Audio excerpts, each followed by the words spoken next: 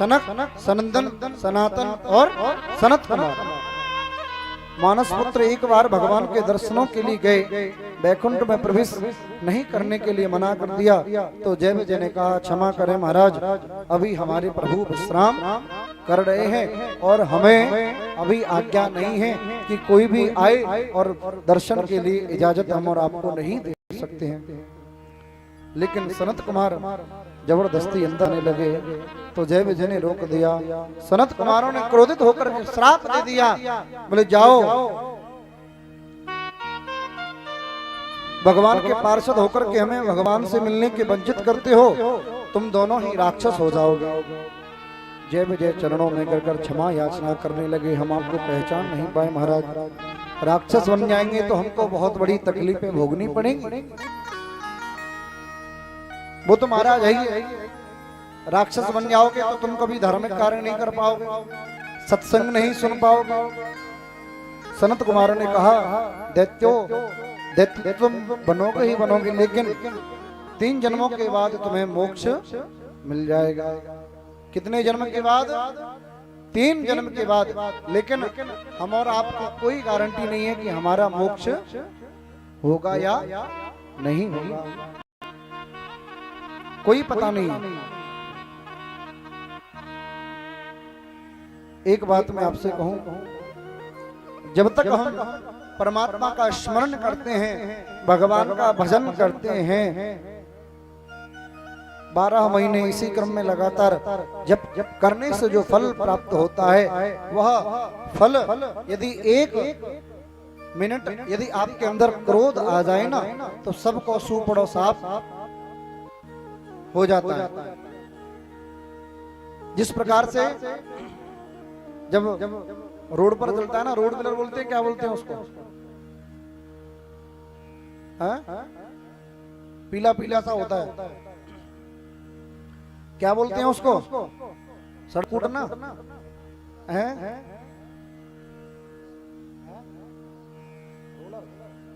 Roller. जब सड़क कूटना चलता है, हम तो गांव में कथा कह रहे हैं तो गांव की भाषा में बोलेंगे, शहर की बोलेंगे तो इन्हें समझ में आवेगी कि नहीं आवेगी। चक्कर तो यही बात को महाराज, सिख बात की कहानी तो नहीं है, पर पंचन की बात सिरमाते पर पनारा तो नहीं गड़ेगा, चाहे होगो तो देख ले। पर महाराज जिस प्रकार से सड़क पर जो रोलर होता है उसको दबा देता है, यदि आपके जीवन में भजन पूजा पाठ करने के बाद यदि 1 मिनट का क्रोध आ जाए तो सब कुछ गोविंदाय नमो नमः। इसलिए क्रोध मत करो, क्रोध आए तो भगवान का स्मरण करो। क्रोध में, आवेश में ऐसा शब्द निकल जाता है, गोली की, बंदूक की गोली तो निशाने से चूक जाती है महाराज, लेकिन जो गोली की गोली होती है वो सीधा हृदय को विदीर्ण करती हुई, चीरती हुई निकल जाती है। यदि आपको किसी से कुछ कहना है, ऐसा मत कहो कि उसको बुरा लग जाए, आपकी भी बात हो जाए, वह भी समझ जाए, इससे अच्छा क्या है। मानते हैं जीवन में कोई परिपूर्ण नहीं है, कहीं ना कहीं यदि आप लोग सब एक भाव जैसे हो जाओगे तो फिर से सतयुग प्रारंभ हो जाएगा, आपकी आयु हजारों वर्ष तक की हो जाएगी। लेकिन आप कलयुग में जी रहे हो तो कलयुग के प्रभाव से आपके 100 वर्ष की आयु है, पर लेकिन 100 वर्ष की कोई कंफर्म टिकट नहीं है। हो सकता है कि 40 साल में ही चले जाए, समय का कोई भरोसा नहीं है।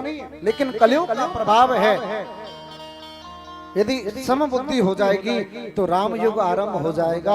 यदि आपकी कलयुगी बुद्धि हो जाएगी तो राम युग आने में, राम का नाम गाने में कहीं न कहीं कोई न कोई आपको कानों में काना फंसी करता रहेगा। बोली भक्त वत्सल भगवान की जय। जय श्री राधे महाराज। जय विजय चरणों में गिर करके क्षमा याचना करने हैं महाराज, हमसे बड़ी गलती हुई है। इसलिए इस कथा के माध्यम से सभी माताएं बहनों से एक बात कहूंगा, आप क्रोध मत करो। क्रोध पर विजय प्राप्त करो। चाहे आपकी टीवी में रिचार्ज ना हो जाए फिर भी कोई बात नहीं है, पर लेकिन घर में ऊधम दंगा मत करो। ऊधम दंगा करेंगे तो तुम्हारी टीवी फूटेगी। नुकसान कौन को होगा? किसका होगा नुकसान? अरे बोलो ना, हमारा। और नुकसान हमारा होगा तो फायदा हमारा भी नहीं होगा, इसलिए नुकसान होगा आपका। इसलिए क्रोध पर विजय प्राप्त करो, और क्रोध पर विजय प्राप्त कर लोगे और आप अपना जीवन आपका बदल जाएगा। इसलिए भगवान ने स्वयं आकर द्वार पर दर्शन दिए। सनत कुमार बोले, हमसे बहुत अपराध हुआ है, तपश्चर्या का संचय हुआ फल था, सब तपस्या का जो फल था सब नष्ट हो गया। अब फिर पुनः बद्रिकाश्रम चले गए, वहां जाकर के तपश्चर्या करने लगे। वो दोनों ही पार्षद जय विजय माता दिति के गर्भ से बालक बन करके आए। दोनों का जन्म हुआ, एक का नाम हिरण्यकशिपु और दूसरे के नाम हिरण्याक्ष है। पश्यति इति पश्यकः एवं कश्यपः। सतगुण को हम लोगों को कश्यप कहते हैं, और कश्यप की पत्नी दो हैं, एक दिति दूसरी है अदिति। अभिमान को हिरण्याक्ष कहते हैं, लोभ को हिरण्यकश्यप। जहाँ अवैध बुद्धि है वहाँ देवताओं का प्राकट्य होगा। देवताओं जो सत्य गुण प्रतीक माने जाते हैं वहाँ पर हिरण्याक्ष बड़ा दुष्ट है। पृथ्वी पर प्रलय का समय आया। अब तो महाराज बड़ी सुंदर कथा है। पृथ्वी समुद्र में डूब गई, देवता लोग चिंतित हो रहे थे, पृथ्वी को निकालकर कौन लाए। ब्रह्मा जी बैठे थे, कीर्तन कर रहे हैं, नारद जी भी कीर्तन कर रहे थे। अब लेकिन पृथ्वी को लेकर के कौन आए?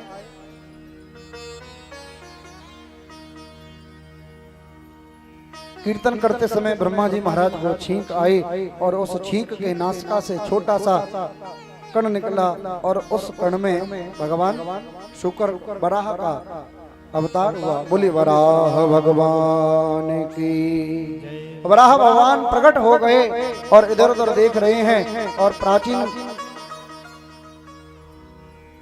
नारद जी उधर से आ रहे थे। हिरण्याक्ष रास्ते में मिला, और हिरण्याक्ष की जैसे कहते हैं ना कि तेई देया घुस मांग रही है। क्या कहते हैं? तेई देया घुस मांग रही है, जब घुस बनना पड़ेगा तब तू काम ठीक करेगा। अब नारद जी थे कही बोले, नारद जी बोले बेचारे हम पर तो लड़ाई झगड़ा आता नहीं, हम तो नारायण नारायण नारायण कहते हैं, यदि लड़ना झगड़ना तो हमको आता नहीं। पर बेटा हिरण्याक्ष तेयु देह में घुस भरवे भाव हमारे पास है, हमारे पास है, चिंता मत कर। हिरण्याक्ष ने वराह भगवान को देखा और उनसे छिड़ने लगा, लड़ने के लिए ललकारने लगा। दोनों में विचित्र युद्ध छिड़ गया। मेरे वराह भगवान ने उसके मुखमंडल को अपनी गदा का जोर से प्रहार किया, और हिरण्याक्ष सिर का धड़ से अलग कर दिया, और हिरण्याक्ष का गोविंदाय नमो नमः हो गया। बोली भक्त वत्सल भगवान की जय हो। बोली वराह भगवान की जय हो। भगवान के नंदन के जो 24 अवतार हैं उसमें से दूसरा अवतार है। दूसरा अवतार किसका है? वाराह भगवान। लोभ को तो भगवान वाराह ने मार दिया, लेकिन अब पृथ्वी के मन में अभिमान हो गया। बोले मेरे बिना परमात्मा एक मिनट नहीं रह गए, मेरे लिए अवतार लेने पड़ गए। मुझको निकालने के लिए नए अवतार की रचना की, लेकिन परमात्मा ने कहा है कि जिसके अंदर अभिमान आ जाए उसको तो मैं, चाहे मेरा भक्त हो, चाहे मेरी पृथ्वी हो, चाहे मेरा कोई और हो, उसको मैं तुरंत उसके अभिमान को दूर करता हूँ। तुरंत उसी समय नारायण ने वृंदावन धाम की रचना की। हर तीर्थ का कर जाता है, लेकिन वृंदावन धाम का कर नहीं जाता है। धन्य धन्य वृंदावन राजधानी, धर्म कर्म जहां जटत जेवर मुक्ति भरे तहाँ पानी आलीरी मोहे लागे वृंदावन नीको आलीरी मोहे लागे वृंदावन नीको आलीरी मोहे लागे वृंदावन नीको लागे वृंदावन नीको ओ लागे वृंदावन नीको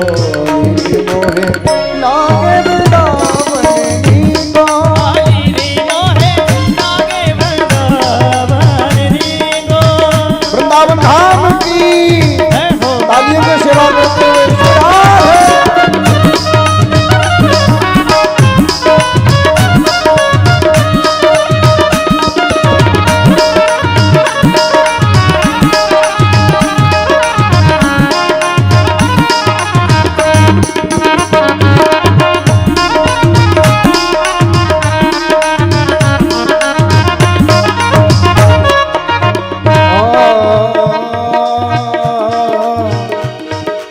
वृंदावन को बास भला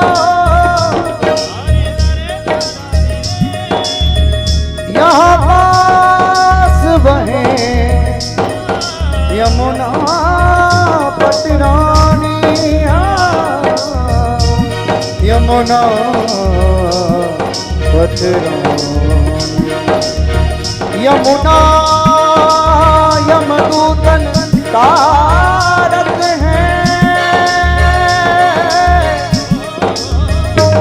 बब तारक है श्री राधिका रानी बब तारक है श्री राधिका रानी बब तारक है श्री राधिका रानी बब तारक है श्री राधिका रानी हलीरी मोहे लागे वृंदावन नीको लागे वृंदावन नीको लागे वृंदावन नीको लागे वृंदावन नीको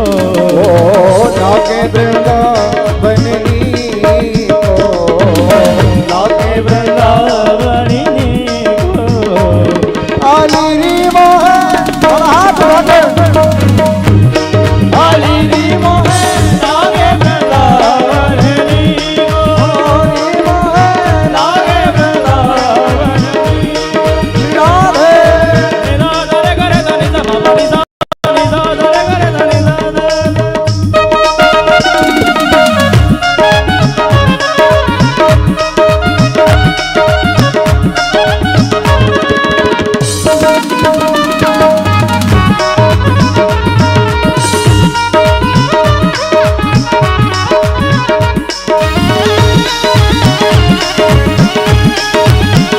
वृंदावन धाम की जय हो।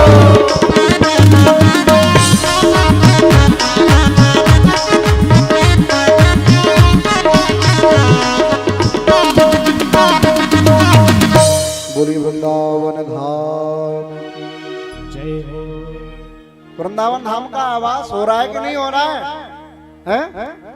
क्या स्वापी डायरेक्ट नहीं बैठे हैं? हाँ वृंदावन की महाराज महिमा ही अलग है। जैसे ही मथुरा को पार करते हैं छठीकरा को पहुंचे जैसे ही वृंदावन के अंदर शरीर रोम रोमांचित को प्राप्त हो जाता है। वहां पर जाकर के लोग क्या कहते हैं? राधे। आप लोग भी बोल लो ना मेरे साथ, कोई पैसा नहीं ले रहा हूं, बिल्कुल जीएसटी गोविंद सहारा तेरा है। सरकार ने हर चीज पर जीएसटी लगा दी है, चाहे फोन ले लो, चाहे प्लॉट ले लो, चाहे मकान ले लो, लेकिन हमारा गोविंद की कोई जीएसटी नहीं है। इसलिए जीएसटी की फुल फॉर्म पता है क्या है? जीएसटी, गोपाल सहारा तेरा है। इसलिए राधे ऐसे ही बोलोगे, पीछे तक आवाज आनी चाहिए, अपने आप बोलो। जी का ट्रेन को सो हल्ला कर लो, ऐसे नहीं, एक स्वर में फिर से बोलो। अरे भैया ये राधे नाम बहुत वक्त लगता है इसको बोलने में।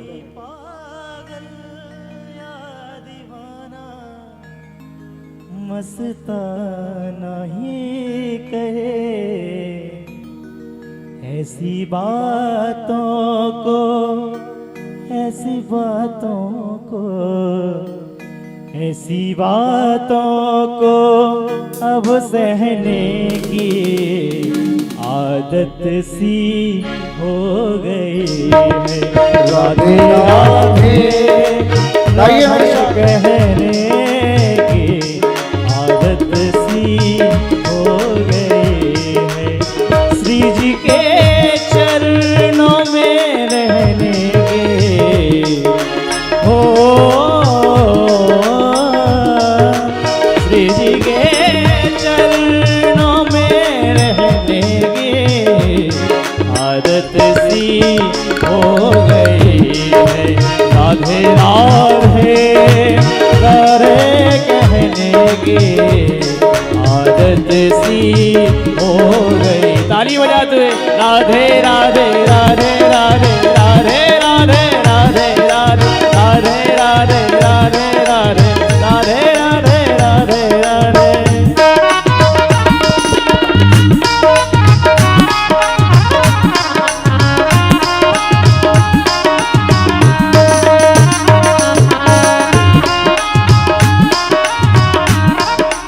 कोई पागल या दीवाना और मस्ताना ही कहे। कोई पागल या दीवाना मस्ताना ही कहे। ऐसी बातों को, ऐसी बातों को, ऐसी बातों को अब सहने की आदत सी हो गई है।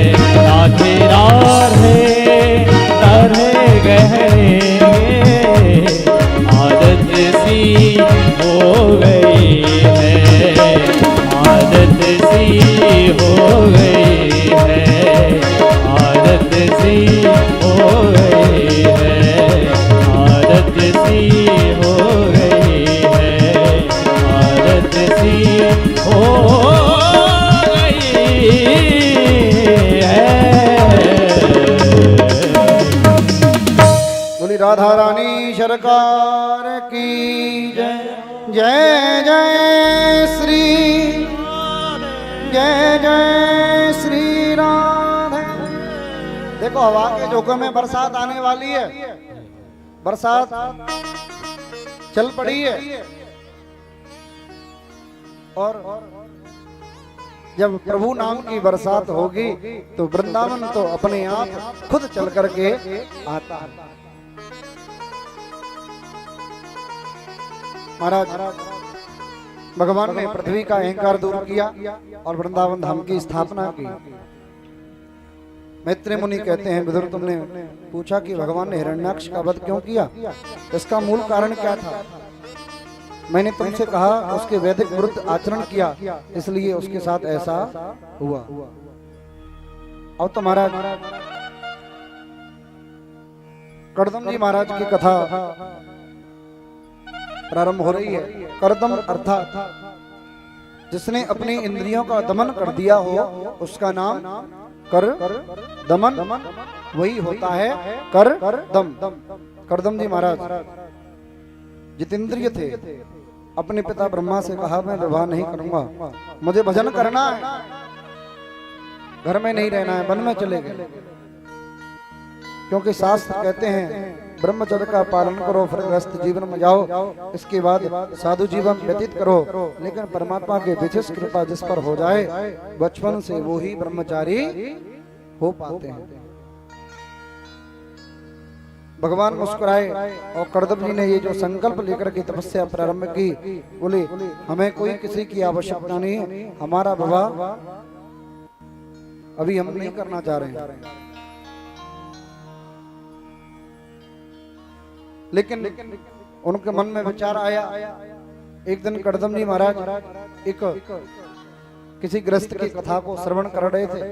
तो उन्होंने भी मन में संकल्प ले लिया, बोले महाराज अब तक तो हमारी विवाह की इच्छा नहीं थी, पर लेकिन अब हम तपस्या ही विवाह के लिए कर रहे हैं।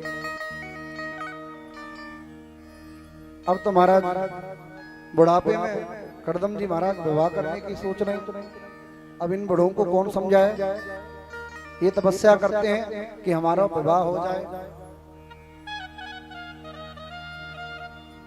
मन की गति बड़ी विचित्र है, मन कब बदल जाए कोई पता नहीं है। इसलिए गोविंद से निमित्त प्रार्थना करो कि प्रभु मेरे विचार अच्छे हो जाएं। भगवान ने कहा स्वयंभू मनु,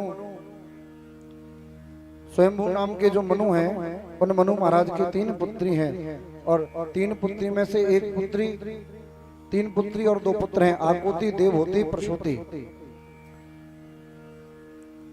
प्रियव्रत और उत्तानपाद पुत्रों के नाम हैं। उनकी बीच की पुत्री देवहूति का आपके साथ विवाह होगा। करदम जी प्रभु के चरणों में गिर पड़े, भगवान मैं झूठ नहीं बोलूंगा, मैंने बहुत बड़ा अपराध किया। मैंने शादी के लिए तपस्या की, कोई धन मांगता है, कोई दौलत मांगता है, लेकिन मैंने अपने विवाह के लिए तपस्या की है, मैं बहुत बड़ा अपराधी हूँ। भगवान ने कहा मेरी बात तो तुम्हें रखनी पड़ेगी। करदम ने कहा बोले मैं विवाह करूंगा, लेकिन मेरी भी एक शर्त है। बोले क्या शर्त है? भगवान ने बोला,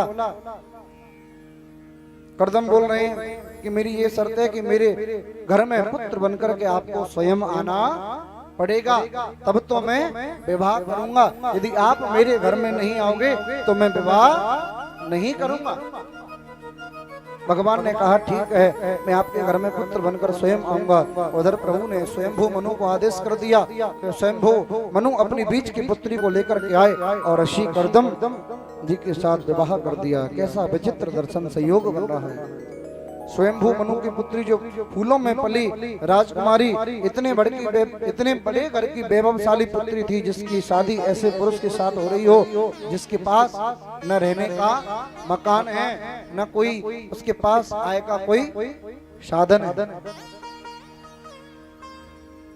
जब हम और आप सब अपनी कन्या के लिए विवाह सुंदर वरियों के देखने के लिए जाते हैं, तो उसके पास पहले क्या देखते हैं कि वह नाम हो, नामी हो, उसके बाद क्या हो, धनवान हो।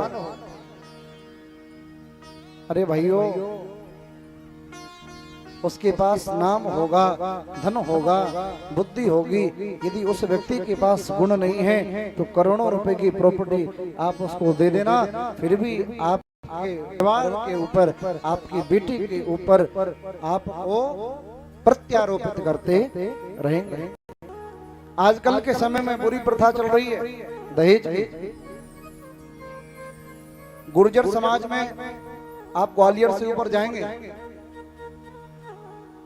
दतिया से ऊपर पहुंच जाएंगे, ग्वालियर में पहुंचते ही वहां के गुर्जरों में कभी पैसा लेन देन नहीं होता है।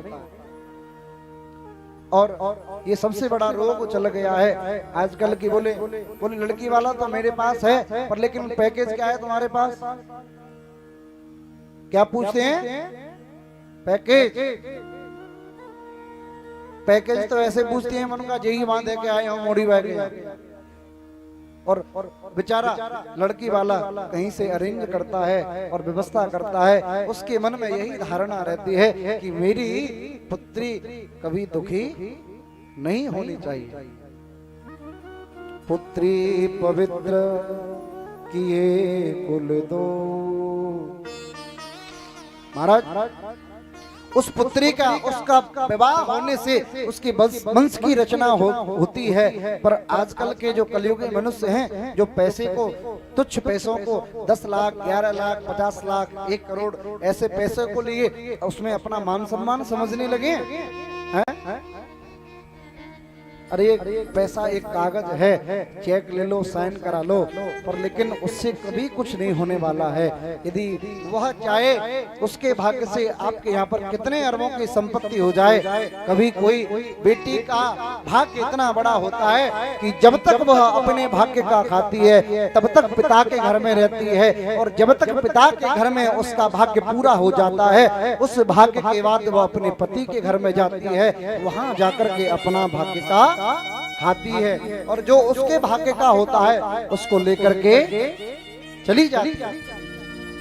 फिर भी हम लोगों ने उस दहेज को कर दिया, दहेज को लेते हैं। अरे भैया मात्र जब तक लगन होती है ना तब तक की आवाज होती है, उसके बाद में आवाज भी सुन्न पड़ जाती है। क्या करोगे उस दहेज का?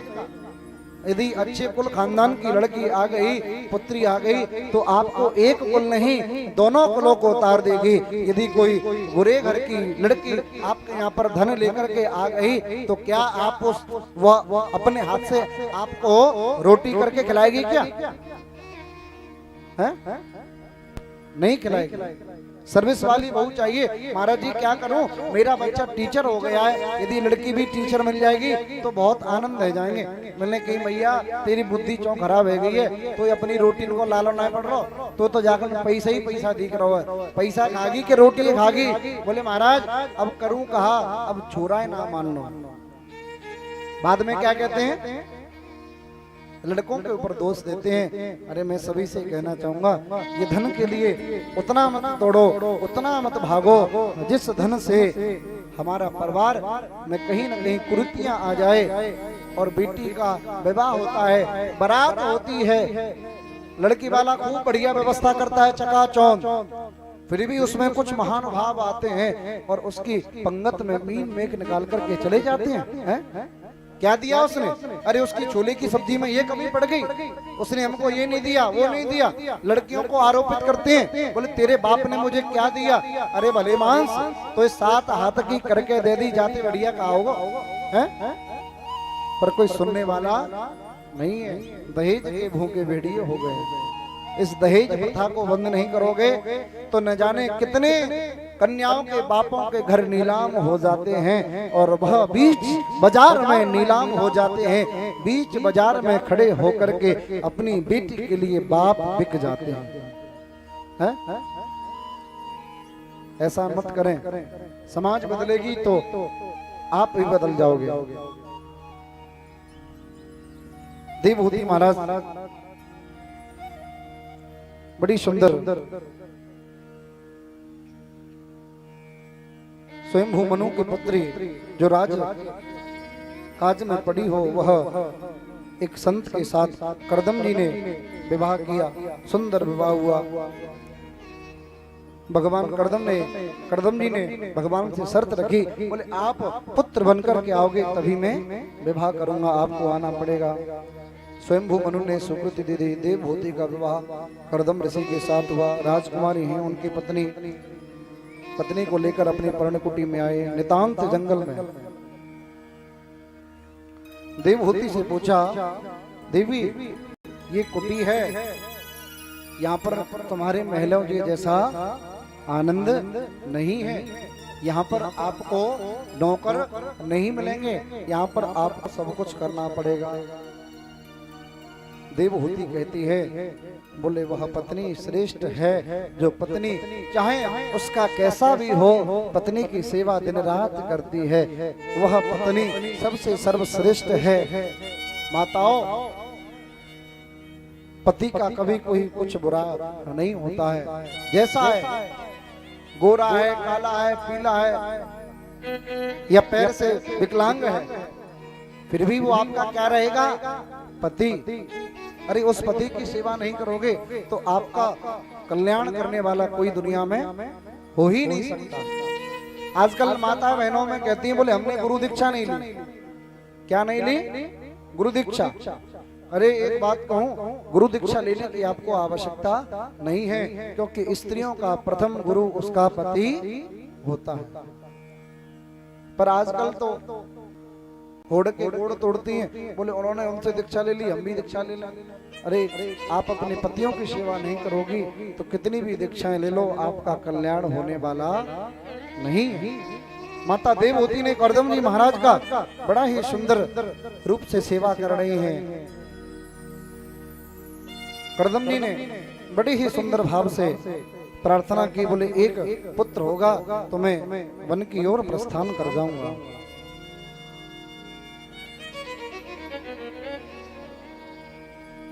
करदम ने देवहूति का हाथ पकड़कर जैसे ही सरोवर में डुबकी लगाई तो करदम जी हो गए 20 वर्ष के और देवहूति हो गई 16 वर्ष की। महाराज तपस्या का दिव्य प्रताप है।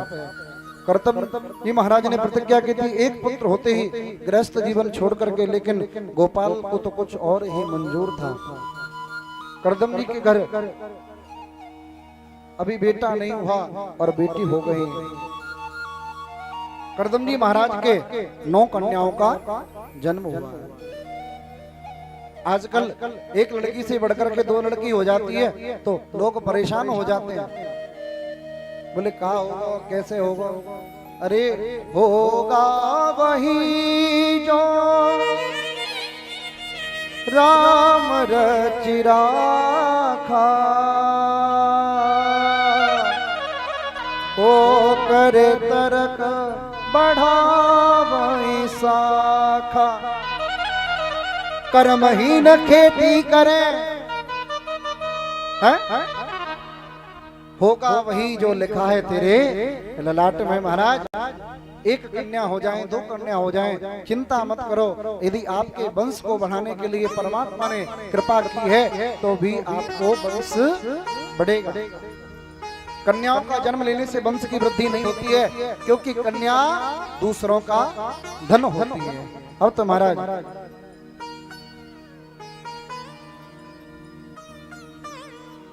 9 पुत्री हुई, उनमें से दूसरी पुत्री का नाम है अनुसुईया। अनुसुईया महाराज अत्रि मुनि की पत्नी बनी।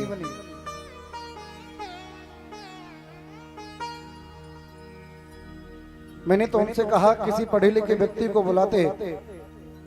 मंत्री ने भागवत कथा का क्या है, गीता क्या है, क्योंकि वहां तो सब कुछ होता है। तो थे मंत्री भागवत का आयोजन करने के लिए आते हैं। बोले ये तो सब ऐसे ही है। जिस नारी ने अपने पति को परमेश्वर के रूप में देखा, उसकी मृत्यु के बाद उस नारी को पति के संग जाने का परमात्मा कोई नहीं रोक सकता। यह तो सती का धर्म है। ऋषि करदम बड़े प्रसन्न हुए और उनकी दूसरी पुत्री अत्रि ऋषि को ब्याही। ऐसी कौन सी नारी है, ऐसा कौन सा पुरुष है जो सती अनुसुईया के चरित्रों से चरितार्थ नहीं हो। माता अनुसुईया के यहाँ पर इतना प्रभाव था कि तीनों ब्रह्मों को बालक बनना पड़ा।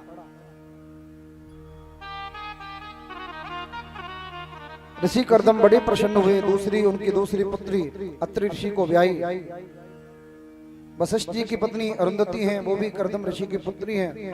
भृगु मुनि की पत्नी भी करदम की ही पुत्री हैं। ऐसी परम गुणवती 9 कन्याओं ने जन्म दिया। मन में सोचा, मैंने कहा था परमात्मा से कि मुझे एक पुत्र हो जाएगा, लेकिन भगवान ने तो कुछ कहीं और ही मुझको अटका दिया। 9 कन्याएं दे दी। जो लड़का बिगड़ रहा हो,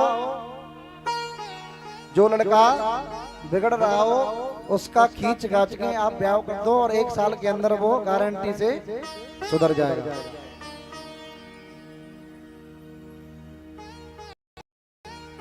जो ज्यादा बिगड़ रहा हो, क्योंकि जब कारें मुड़ की आ जाती है ना तो अच्छों की कोचिंग को चला देती है, हिंदुस्तान कॉलेज बना देती है। मथुरा जाने की उसको जरूरत नहीं है, घर को ही कॉलेज बना देती है। बोली भक्तवत्सल भगवान की जय हो। जय जय श्री राधे। अब तुम्हारा बरनी वाले ब्राह्मण कहाँ जा रहे हैं? अभी आरती नहीं हुई है। अच्छा, घूमने जा रहे हैं, कोई दिक्कत नहीं। जब तक आरती नहीं होगी तब तक कोई कहीं नहीं आएगा। नियम से भगवान का जप करो, बरसात हो, उससे ही काम चलेगा। वैसे तो कल से तो बड़ी शांति है, हैं? परीक्षित जी महाराज हमारे परीक्षित जी बड़े प्रसन्न रहते हैं। बोली भक्तवत्सल भगवान की जय हो। आइए, मन में सोचा कि एक पुत्र को होते ही वन में चला जाऊंगा, लेकिन गोविंद ने किस चक्कर में डाल दिया मुझे याद आ गया। भगवान से प्रार्थना कर रहे हैं और 10वीं संतान के रूप में भगवान कपिल देव प्रकट होकर के रूप में आ गए हैं। बोले कपिल भगवान की जय हो। कपिल भगवान प्रकट होकर के आ गए हैं। कर्दम ने भगवान कपिल को प्रणाम किया। बोले ऐसी सुंदर झांकी आपने, मैंने जो संकल्प लिया था वह पूर्ण हो गया। अब तो मैं वन की ओर जाऊं। देवहूति ऋषि की पत्नी है, कुछ तो असर होगा।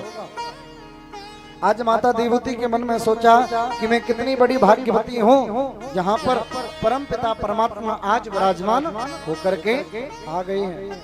मेरा कितना बड़ा सौभाग्य है। देवहूति ने मन में सोचा घर स्वयं भगवान आए हैं। पता चले कि कर्दम की 9 पुत्रियां वहां आ गई, कपिल भगवान बड़ी 9 बहनें सब आ गई। ऐसा भागवत में नहीं लिखा, कतिपय संतों का मत है। आज माता ने नन्हे से कपिल भगवान को स्नान कराया, वस्त्र पहनाए। कपिल ने कहा, चंदन लगाया, माला पहनाई, एक छोटी सी व्यास गद्दी बनाई और कपिल भगवान को बैठा दिया। कपिल ने कहा, माता ये क्या कर रही हो? आपको हो क्या है? ये उल्टी गंगा क्यों बहा रही हो? माता ने अपने पुत्र का पूजन कर रही है। आपने माता ने कभी अपने पुत्र का पूजन किया है, तो आप पूजन कर रही हो। आज महाराज यही सही कपिल भगवान ने बड़ा सुंदर रूप से माता देवहूति को संवाद प्रारंभ किया है। कितना सुंदर श्लोक है। निर्विणा नितना भूमन सदंधी यतर्षणा येन शम्याभ्यमानेन न प्रपन्नाधं तमः प्रभो। यह प्रसंग बहुत गौर से सुनने वाला है। भागवत का सबसे पहला संवाद है कपिल देवहूति संवाद। कपिल की 9 बहनें बैठी हुई हैं, सबसे आगे व्रत माता है।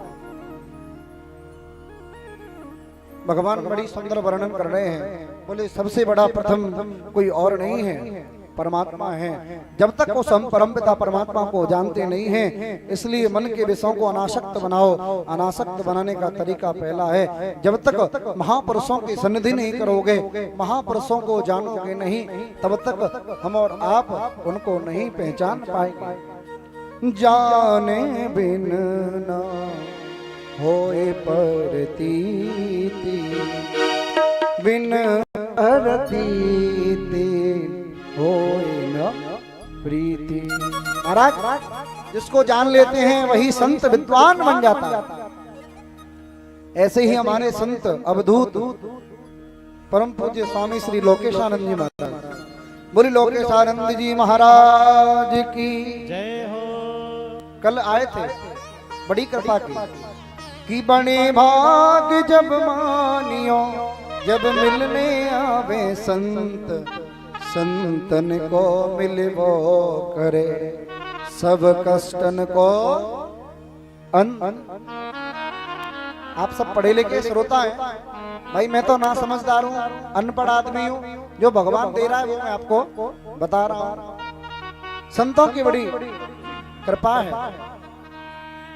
लेकिन ऐसे संत दर्शन हो जाए, उनका सेवा करने का सौभाग्य मिल जाए, हैं? संत कहाँ है? संत तो कि तो अंत है, ये तो सिगरे बंद है। महाराज बुरा मत मानियो, भगवान रंग रंगने से कोई संत नहीं होता। अरे संत का तो सौभाग्य है, संत का आभूषण है भक्ति, और जिस संत के हृदय में भक्ति आ गई वहां पर रंग कोई गेरुआ नहीं जमता। वहां पर तो भक्ति का रंग चढ़ जाए तो वहां पर कोई रंग उतरता ही नहीं। ऐसो चटक रंग डारो श्याम ने, ऐसो चटक रंग डारो। होली में बड़ो आनंद आवेगा। होली खेलोगे? होली खेली है किसी ने? होली खेलेंगे? आज नहीं खेलेंगे, हमारे खेलेंगे। चलो भाई, आज ना खेले होली। अरे फागुन महीना में आते ही ब्रज की होरी होती है। जग होरी जग होरा सखीरी, जग होरी ब्रज होरा। महाराज ऐसा रंग रंग दो, संत रंग से रंग जाए वो रंग नहीं। यदि सदगुरु वैद मिल जाए तो वहां पर कोई किसी भी बात की चिंता नहीं है। जाने बिन ना होए परतीत,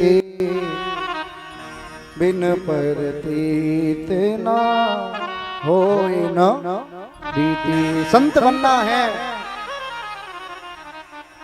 महाराज जी। जब साधना में जाते हैं तो जल, अन्न, सोना सब छोड़ देते हैं, निरंतर उस पूर्ण ब्रह्म परम पिता परमात्मा की उपासना में लगी रहते हैं। हम सौभाग्यशाली हैं, संतों का हमको दर्शन प्राप्त हुआ।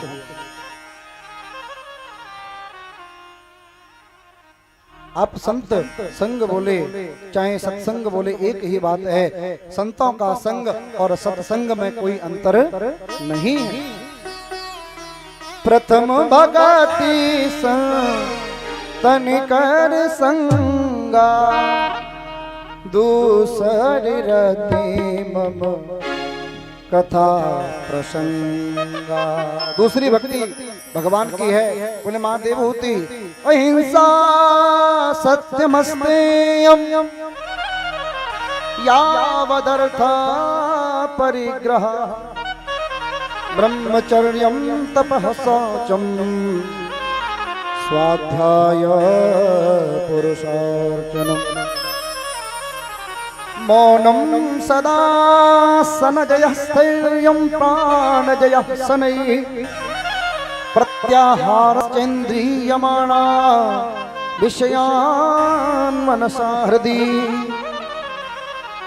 हे मां, यदि मन को वश में करना है तो अहिंसक बने, शाकाहारी बने, प्याज लहसुन मदिरा इत्यादि का पान नहीं करना चाहिए।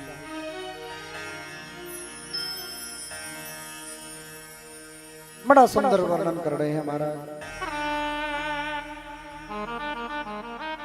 परमात्मा के चरणों में बैठ करके जो स्मरण कर रहा है वही परमात्मा का भक्त है, वही परमात्मा का भक्त है।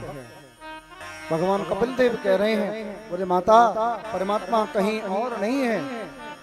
अहम सर्वेषु भूतेषु भूतात्मा अवस्थितः सदा, तमावज्ञः मामर्त्य कुरुतोर्चार विडम्बनम। बोले जहां पर भी है परमपिता परमात्मा हर जगह व्याप्त है।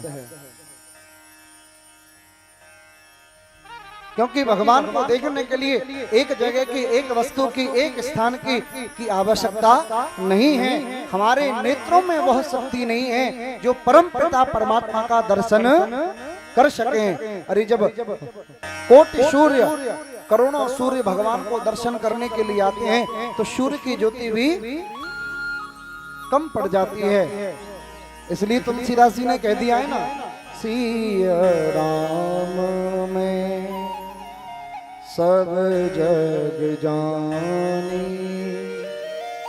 करहु प्रणाम जोर जोग पानी। बोले मां परमात्मा हरि व्यापक, हर व्याप्त है, हर जगह विद्यमान है। बोले जब मनुष्य जब गर्भ में होता है तो उससे बड़ा उसको कष्ट इस दुनिया में भी नहीं होता है। गर्भभासम समो दुखम न भूतो न भविष्यति। जो गर्भ के समय में जो दुख होता है ना वो कभी कहीं पर नहीं होता है।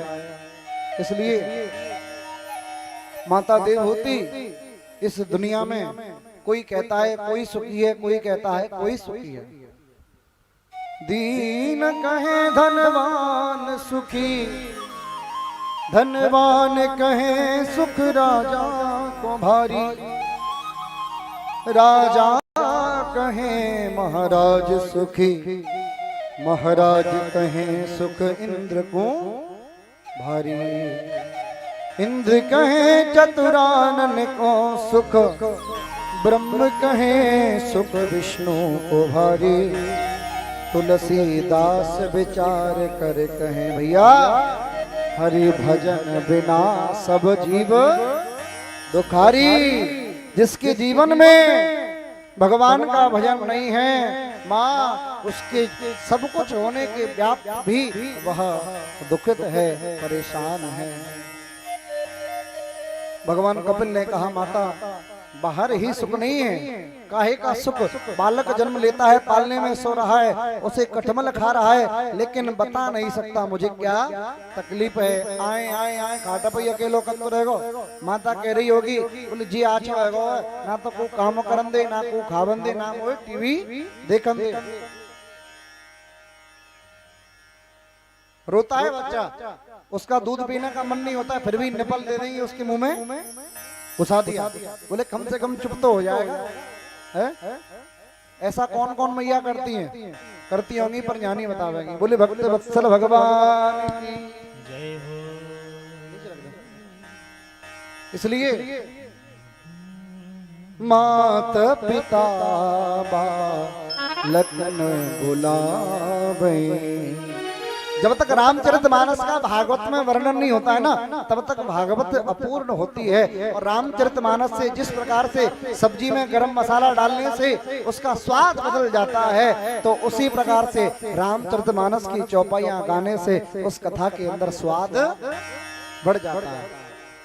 मात पिता बालकन बुलावे, उदर भरे सोहे धर्म सिखावे। अपनी माँ कभी ये नहीं कहती कि बेटा पूजा पाठ करो, अरे कम से कम बच्चों को सूर्य का अर्घ दो, कम से कम गायत्री मंत्र जाने। अब क्या करें, ब्राह्मण ही अपने कर्म से विहीन हो गए। ब्राह्मण के बच्चे पहले यज्ञोपवीत को पहनते थे, आज यहाँ पर खुद ब्राह्मण ही यज्ञोपवीत नहीं पहनते हैं। क्यों नहीं पहनते? उनको चोटी रखने में शर्म लगती है, उनको गायत्री मंत्र उच्चारण करने में शर्म लगती है। अरे भाई, जब आप अपना कर्म नहीं करोगे तो दूसरों को कर्म का प्रत्यारोपित करने का आपको भी कोई अधिकार नहीं है। पहले खुद करो, जब कहो तंबाकू को खुद खाना छोड़ो, दूसरों से कहने के अधिकारी तब हो सकते हैं। जब आप ही तंबाकू खाओगे तो दूसरों को आपका कोई कहने का अधिकार नहीं है। इसलिए मैं उन सभी ब्राह्मणों से कहना चाहूंगा, अपने बच्चों को यज्ञोपवीत संस्कार कराएं, विद्या अध्ययन कराएं, जिससे कि समाज का, देश का, जगत का हित का कल्याण हो सके।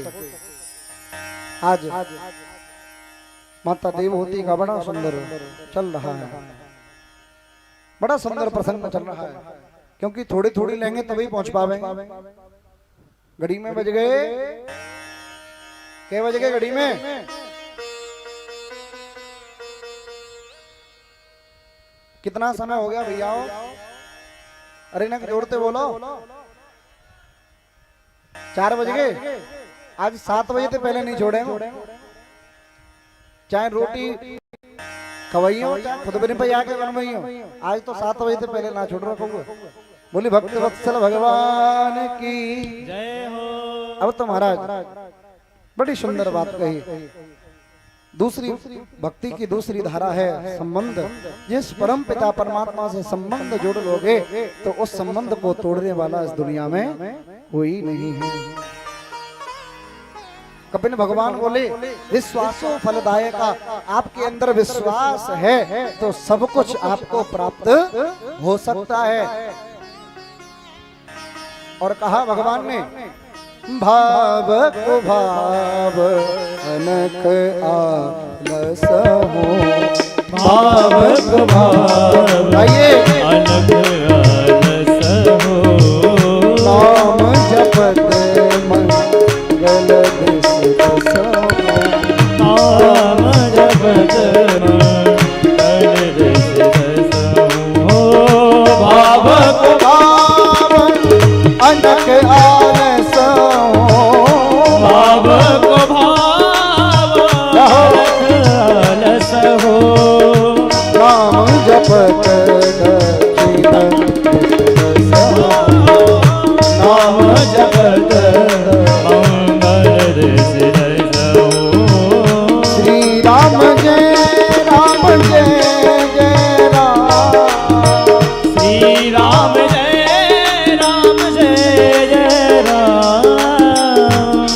राम जय राम जय जय राम।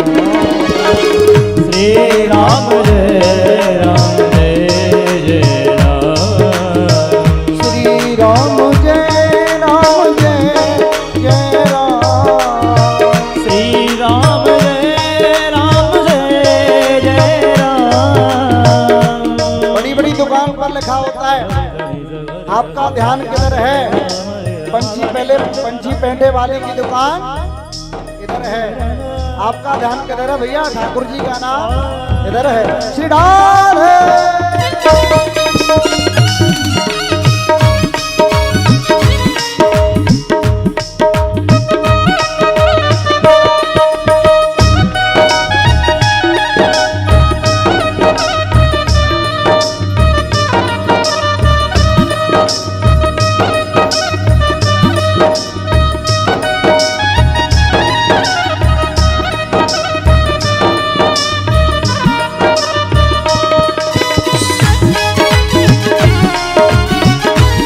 भक्तवत्सल भगवान की जय हो।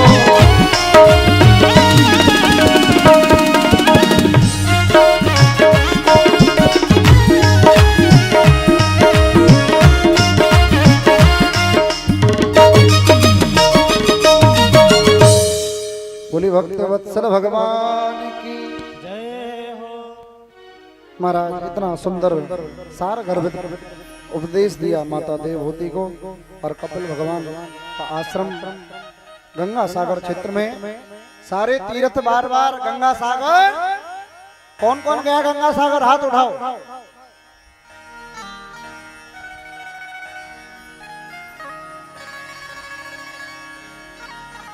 गंगा सागर कौन गया? हाथ उठाओ। जय हो। सारे तीर्थ बार बार गंगा सागर, एक बार सबको गंगा सागर दर्शन करना चाहिए।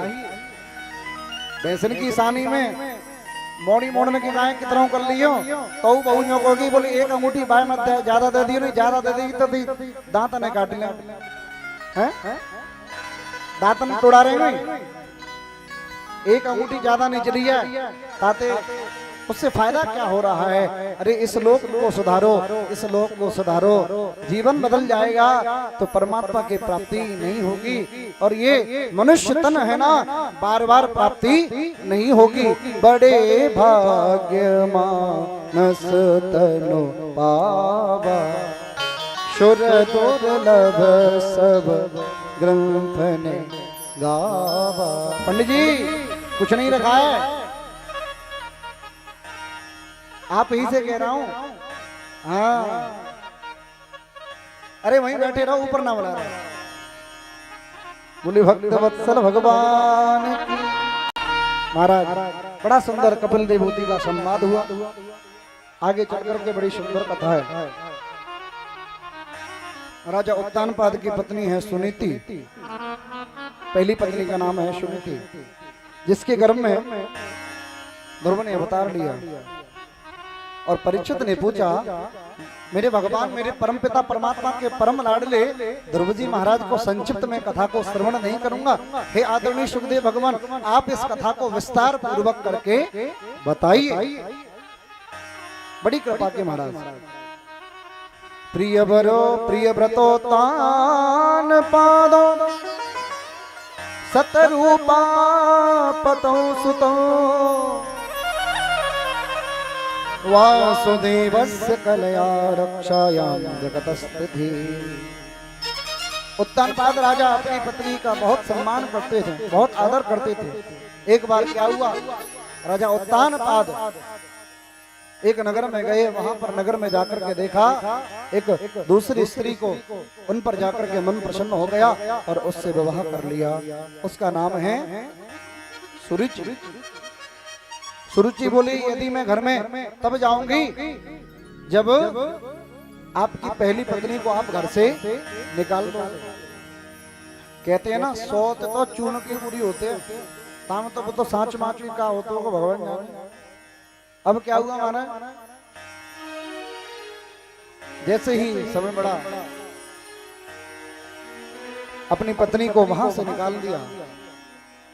और सुनीति गर्भवती थी और पर्णकुटी में रहने लगी। उसने सुंदर एक पुत्र को जन्म दिया। उस पुत्र का नाम था ध्रुव। बोली ध्रुव जी महाराज की, ध्रुव जी महाराज की। जितना जयकारा धीरे करोगे उतनी कथा पर आगे बढ़ावेंगे। जयकारा जोड़ते लगाओ। ध्रुव जी महाराज की। सबसे आवाज पंडित जी की आती है, इनके लिए जोरदार तालियां बजाएं। तो एक बार आप सभी हरिभक्तों के लिए जोरदार तालियां, क्योंकि बैठे हैं नित्य निरंतर। ऐसे ही कल्याण जब होता है ना, जब हम एकाग्र भाव से, जब परीक्षित जी महाराज आसन पर आरूढ़ थे, न भूख लगती है न प्यास लगती है, जिंदगी मेरे मोहन अब तो उदास लगती है, आपके नाम की वाणी मुझको भूख प्यास से भी अच्छी लगती है। इसलिए प्रेम से कहिए श्री राधे। महाराज होनहार बिरबान के लखत चीकने पात। जो होनहार वृक्ष होता है उसकी पत्तों से ही पला चल जाती है, पूते के पांव पालना में दिख जाते हैं। अब तो महाराज ध्रुव जी महाराज बड़े हुए, जन्म हुआ और माता से पूछने लगे, बोले माँ पिताजी कहाँ हैं? बोले पिताजी तेरे महल में रहते हैं और एक तेरी छोटी माँ है, उस माँ के भी दर्शन करके आओ। अब तो ध्रुव जी महाराज गए। अबोध बच्चे को, बालक के अंदर क्या होता है महाराज, अब तो बड़े ही सुंदर भाव से ध्रुव जी महाराज के मन में एक दिन विचार आया, मेरे भी राजा पिताजी हैं तो क्यों ना मैं इनकी गोद में बैठ करके अपने मन को तसल्ली दूं। एक दिन अपनी पत्नी सुरुचि के पुत्र में गोद को लेकर राजा उत्तानपाद बैठा था। सुरुचि के पुत्र का नाम उत्तम था। उत्तानपाद कहते हैं जीव को उत्तानपाद, आप भी उत्तानपाद हैं, प्रत्येक उत्तानपाद है। सुनीति छोटी का नाम है सुरुचि। बड़ी ही सुंदर रूप से चर्चा चल रही है। ध्रुव ने पूछा क्या मेरे माँ पिताजी नहीं है? सुरुचि ने डांट करके बोली बेटा पिताजी तो हैं लेकिन मैं तुम्हारी माता नहीं हूँ। इस मंच पर बैठने का आपको कोई अधिकार नहीं है। इस मंच का अधिकारी तो सिर्फ उत्तम है। आपने मेरी कोख से जन्म नहीं लिया है। जाओ उस परम पिता परमात्मा को भजन करो, उससे प्रार्थना करो कि मैं सुरुचि की गोद से आऊं और जब आप इस गद्दी के अधिकारी बन सकते हैं। यहाँ पर आदरणीय सुखदेव जी महाराज राजर्षि परीक्षित पूछने लगे सुखदेव जी से, बोले महाराज एक बात बताइए कि भगवान के भक्त से भी उसकी सुंदर पवित्र कोख हो गई है? थोड़ी आवाज बढ़ा दो भैया। कोख इतनी पवित्र हो गई। बालो सिबतना श्री गर्भ संभृतम नूनम वेद भवान यस्य दुर्लभे ते मनोरथः। दूसरी की स्त्री से जन्म ले जब भी तुम इस गद्दी के अधिकारी हो। अपनी माता के बाण वचन बाणों को सुनकर के ध्रुव जी महाराज का मन आहत हुआ, कष्ट हुआ, दुख हुआ।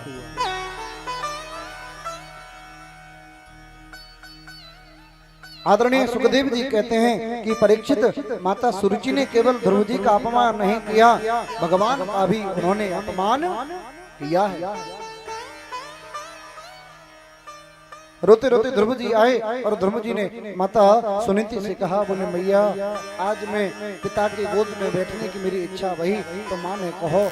माँ ने कहा है कि जाओ भगवान का भजन करो, जब ही तुम्हारा कार्य होगा और तुम मेरे उधर से जन्म लोगे तभी तुम इस गद्दी के अधिकारी हो पाओगे। अरे वत्स, मेरे लिए इससे बढ़कर के सौभाग्य क्या हो सकता है कि मेरा बेटा नारायण के चरणों में जाए और भगवान नारायण का स्मरण करे। बोले बेटा तेरी माँ ने कोई गलत बात नहीं कही है। पुत्रवती युवती जग सोई, रघुपति भगत जासु सुत होई। वास्तव में पुत्रवती माँ वही है जिस माँ का पुत्र परम लाडले नारायण का भगवान का भजन करे। उस माँ से अच्छा, उस माँ से बड़ा बढ़कर के इस दुनिया में कोई नहीं है। ध्रुव जी के मन में विचार आया, बोले मेरी माँ कह रही है कोई बात नहीं है, लेकिन रास्ते में ध्रुव जी महाराज चल पड़े हैं। रास्ते में नारद जी महाराज का दर्शन हो गया और नारद जी कह रहे हैं बेटा बिना गुरु के तेरा कल्याण नहीं होगा। गुरु बिन भवानिधि तारा न कोई, जो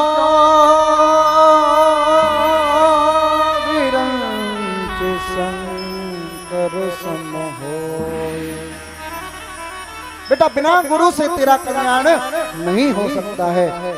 तो ध्रुव जी महाराज कहने लगे, बोले नारद जी जब आप जैसा मुझे गुरु मिल गया तो मुझे संसार में गुरु बनाने की जरूरत नहीं है। नारदो देव दर्शन, जो जिस भक्त को हज के दर्शन हो जाएं, समझ लो भक्तों उसके लिए गोविंद को आना ही पड़ता है। नारद जी ने कहा बेटा भगवान का भजन कोई कठिन है। ध्रुव जी महाराज कह रहे हैं नारद जी से, जब दांत नहीं तब दूध दिया, अब दांत दिए कछु और ही देगा। जब दांत दिए कछु और भी देगा। अब तो महाराज नारद जी का मन प्रफुल्लित हो गया। बोले ध्रुव तो महाराज बड़ा ही परम भक्त है, परम लाडला है। उधर भैरवी, अब तो महाराज नारद जी के नेत्र सजल हो गए और नारद जी कह रहे हैं वाह रे वाह, ऐसा भक्त मैंने दुनिया में कहीं नहीं देखा जिसको भगवान के चरणों में दृढ़ अनुराग है, चरणन को विश्वास है। बिनु सत्संग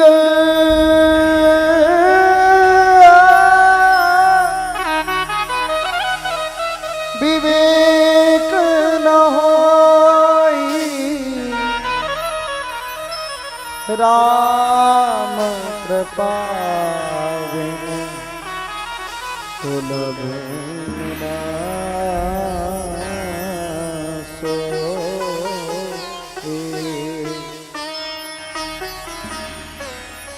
नारद बड़े मन में प्रसन्न हो गए हैं, मुझे ऐसा भक्त तो मिला। अरे भैया ये बुढ़ापा कट जाएगा, जीवन भी यूं ही निकल जाएगा। समय वही श्रेष्ठ है जिस समय हम भगवान का 1 माला 2 माला 3 माला 4 माला जप करते हैं। इससे बड़ा समय कोई और नहीं हो सकता है। माताओं लड़ने झगड़ने में, वैर भाव में कुछ नहीं रखा है। तेरा त्रांते प्राप्ति कभेत बदराशनः, आत्मवृत्त्यानुसारेण मां सम्यक्तेर्चनम हरे हरे।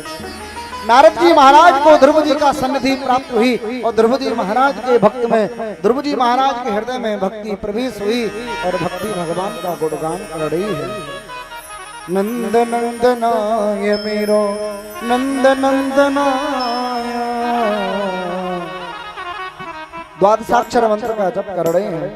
ओम नमो भगवते वासुदेवाय। समय बीतता गया, 5 महीने हो गए, 6 महीने हो गए, 8 महीने हो गए। अब तो महाराज ध्रुव जी के भजन को जब 5वां महीना शुरू हुआ, आगे चल करके और समय शुरू हुआ। एक पैर पर खड़े हो गए ध्रुव जी महाराज, भगवान का भजन कर रहे हैं। रोते रोते हमें बचाइए भगवान।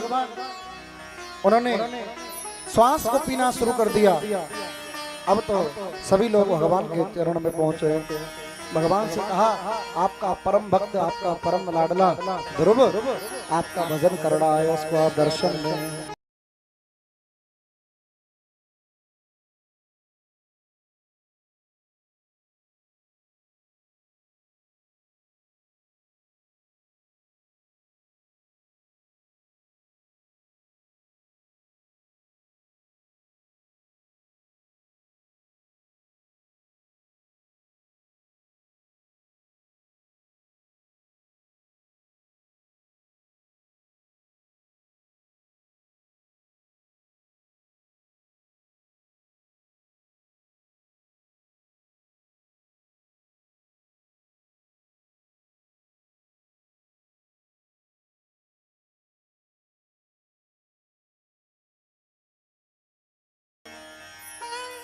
अब तो महाराज ध्रुव जी महाराज के लिए परमपिता परमात्मा से निवेदन किया और परमात्मा ने आया और भक्त से कहा, तुझे दुख नहीं हो रहा है, तुझे डर नहीं लगा? तो परमात्मा ने कहा कि जा को राखे साया मार सके ना को।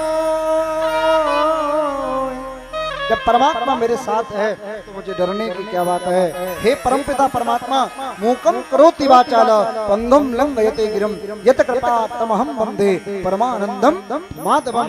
आप लंगड़े को गिरवर पर्वत पर चढ़ा दो, गूंगे को बोलना चढ़ा दो। गूंगा बोल सकता है, लंगड़ा पर्वत पर चढ़ सकता है, तो मैं तो आपका भक्त हूँ, तो क्या आपको मैं प्राप्त नहीं कर सकता? योऽन्तः सुंदर स्तुति कर रहे हैं। योऽन्तः प्रविश्य में वाच में मां प्रसुप्तां संजीवयति किल सतिधर स्वधाम्ना अन्यास हस्तचरण श्रवणत्वगादि प्राणां नमो भगवते पुरुषाय तुभ्यम्। मैंने बिना जाने आपके चरणों में प्रीति कैसे करें, कैसे? जो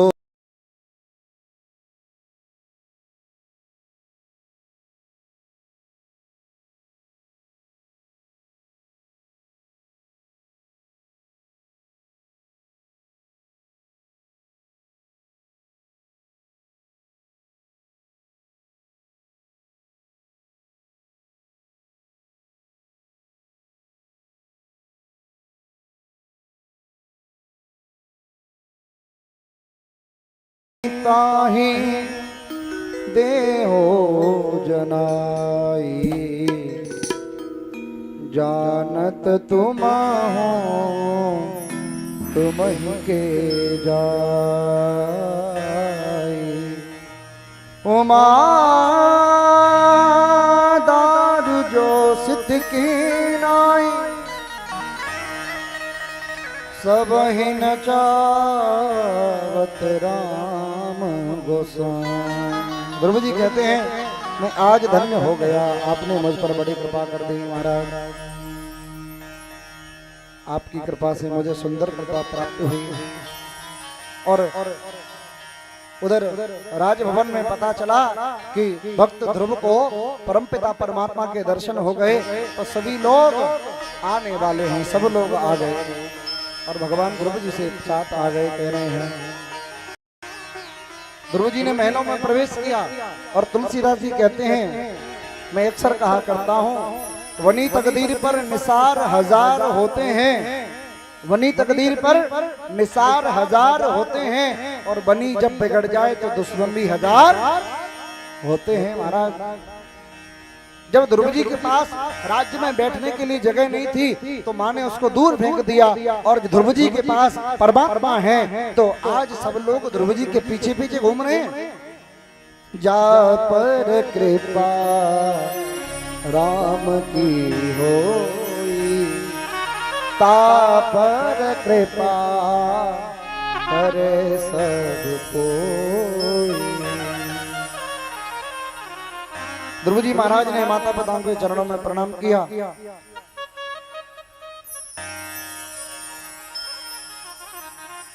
भगवान का दर्शन जहां पर हो जाए उसको बड़ी कृपा है।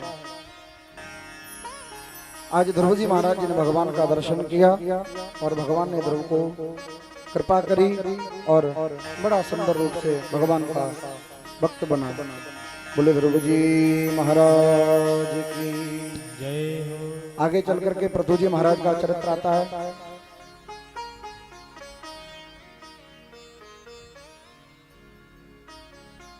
उनको यही उपदेश दिया, आया है सो जाएगा राजा रंग फकीर, कोई सिंहासन चढ़ चला कोई बंधा जंजीर। प्राचीन वरी ने ऐसा सुंदर उपदेश दिया, ईश्वर अंश जीव अविनाशी, चेतन अमल सहज सुख राशि। आगे चल करके भगवान ऋषभदेव हुए, उन्होंने जैन धर्म के पंथ को आगे बढ़ाया। ऋषभ जी महाराज, ऋषभदेव जी ने अपने पुत्रों से प्रश्न किया, तुम सब बड़े हो गए हो, युवा हो गए हो। ऋषभदेव जी महाराज के बड़े पुत्र हैं जड़ भरत। कौन है? जड़ भरत। ऋषभदेव ने कहा, इसलिए तुम्हारा शरीर मिला है, यह शरीर कोई और नहीं है, यह परमपिता परमात्मा की कृपा से प्राप्त हुआ है। बेटा, यह शरीर केवल खाने पीने सोने के लिए नहीं मिला है, बल्कि शरीर से हमें तपस्या करनी चाहिए। 3 बातें गृहस्थियों को जरूर याद रखना चाहिए। हम लोग गृहस्थ धर्म में हैं, हमसे कहीं न कहीं कोई न कोई अपराध हो ही जाता है। आजकल की माताएं जो है, आजकल की माताएं जो है चप्पल पहन करके रसोई में भोजन बनाती हैं। फिर उनसे पूछो, कहो कि भोजन बनाती हो, बोले क्या कहें महाराज जी, बोले घर वाली अलग चप्पल है, बाहर वाली अलग चप्पल है, रसोई वाली अलग चप्पल है। अरे भाई, चप्पल तो चप्पल है, उन चप्पलों को पहन करके आप भोजन बनाओगी तो क्या उस भोजन में स्वाद आएगा? है? यहाँ तो सब नारे हला देंगी, मेड़ो का की सुनाई, पर बात है लागू नहीं करेंगे। अरे माताओं, आप जो प्रसाद बनाओ, हमें नित्य प्रतिदिन पंचभौतिक यज्ञ करने चाहिए, क्योंकि गृहस्थ जन्म में, गृहस्थ जीवन में कहीं न कहीं कोई न कोई अपराध हो ही जाता है। आज पहले जमाने में जो है, पहली रोटी गाय को देते थे और पिछली रोटी कुत्ते को दी जाती थी। और आजकल क्या है, उल्टा हो गया है। बोले एक काम करो, बस जही रोटी बची है, जही ते खा लो, जही ते काम चला लो, सवेरे जग जाऊंगे तो फिर कर देंगे, ज्यादा परेशान मत करो। हैं? जब अंत की रोटी कुत्तों की रोटी खाएगा तो कहीं न कहीं विचार बदलेंगे, और विचार बदलेंगे तो कहीं न कहीं उतार चढ़ाव होगा। इसलिए पहली रोटी गाय को, दूसरी रोटी स्वान को, चींटियों को आटा डालो, हमें नित्य प्रतिदिन 5 यज्ञ करने चाहिए। और एक रोटी कौवा को रोटी डालनी चाहिए। और आज पहले तो जो है गांव में चूल्हे पर रोटी हुआ करती थी। अब कहा भयो साहब, बोले साहब बाकी घर में तो बढ़िया VIP HP का सिलेंडर है और तुम इतने बेसर में गए हैं तो उन पे सिलेंडर को हिलो ना पड़ रहा। हम का बात कम पर रहे हैं, सिलेंडर लेके आओ, मुंह पे ना रही चूल्हे भूले में रोटी है, सिलेंडर पे रोटी होगी तो सिलेंडर ला देंगे तो तुम जमा देंगे, नहीं लावेंगे तो राधे राधे करवा देंगे। कोई आफत को मारो बन गयो, कोई आफत को मारो बन में बन गयो। इसलिए अब प्राय करके गांव में भी चूल्हे में रोटियां बहुत कम हो गई हैं। पहले रोटी बेलती थी, गाय के लिए चंदिया निकालते थे, पहली रोटी निकालते ही उसमें 5 अग्नि को भोजन दिया करते थे। कौन कौन भोजन देता है अग्नि को? अब सब हाथ उठा देंगे एक के देख के, बोले जाते का कम धोरूंगा है। यदि नहीं देती हो ये 5 यज्ञ नित्य प्रतिदिन करने चाहिए, जिससे कि जो ग्रस्त का जो पाप कर्म का जो पश्चाताप है इनके निमित्त से होता रहता है। बोले भक्त वत्सल भगवान की जय हो। तो महाराज भरत जी महाराज का बड़ा सुंदर चरित्र है।